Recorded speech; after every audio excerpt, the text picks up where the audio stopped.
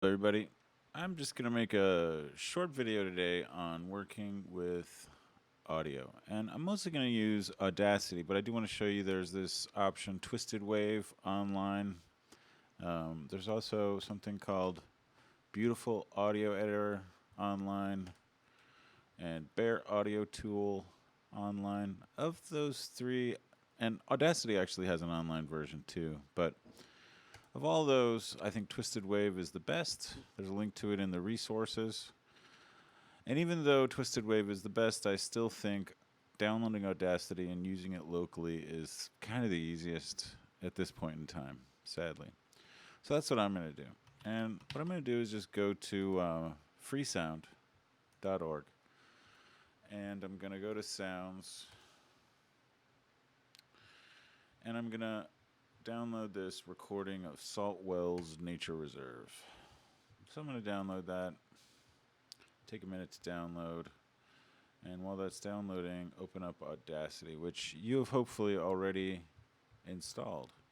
If not, you can install it from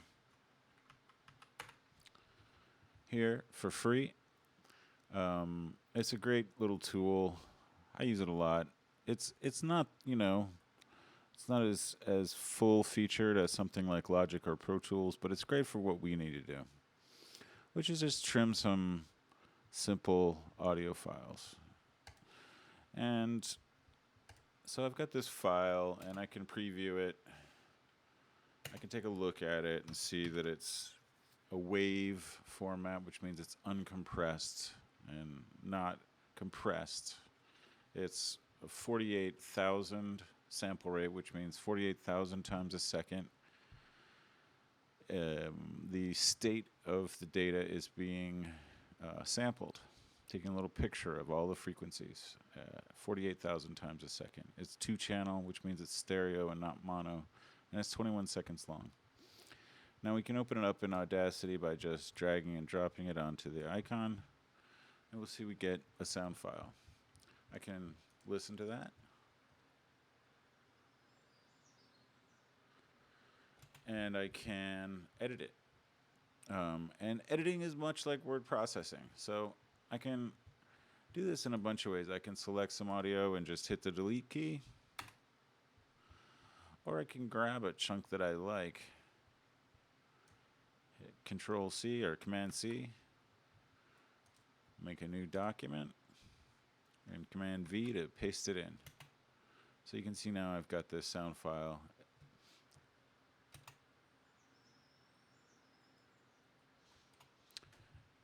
And I'm even going to trim it down a little bit more. I want to just make it be really short so I can grab I think the easiest way is probably to just trim some more down.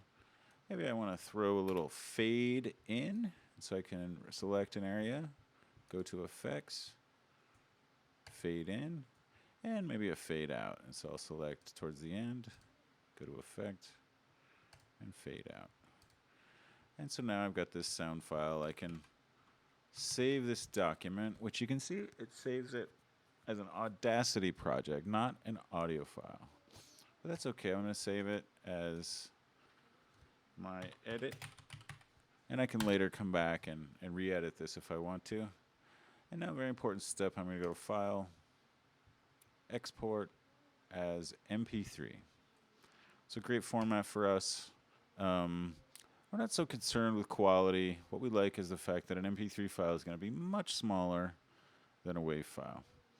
And in general, when you're making recordings, I recommend you make them using a WAV format. But when you want to work on the web, get it into an audio MP3 file. And so what I'm going to do here is save this as chunk. And I'm going to save it onto my desktop. We'll just keep these presets. They're fine. Okay. And we can see it came up on my desktop as chunk. And now I'm going to go ahead and upload this to Cloudinary so I can use it. I've got my media library, and I'm going to make a new folder. I'm going to call it sounds. Save. Go in there. Click upload. And now upload files. And I'll go to desktop. And here we go. There's chunk. And just like that, I've got an edited file on my desktop. And so all these resources are, I think, very useful resources. Freesound, where I got this file from, has just loads and loads of great sounds for us to use. All right, hope that helped a little bit.